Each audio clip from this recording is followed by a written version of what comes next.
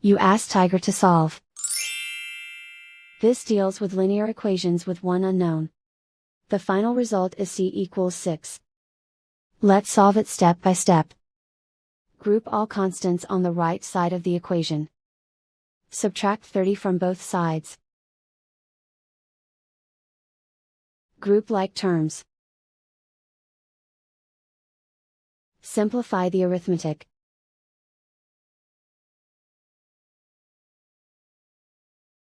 Isolate the c. Divide both sides by -5. Cancel out the negatives. Simplify the fraction. Cancel out the negatives.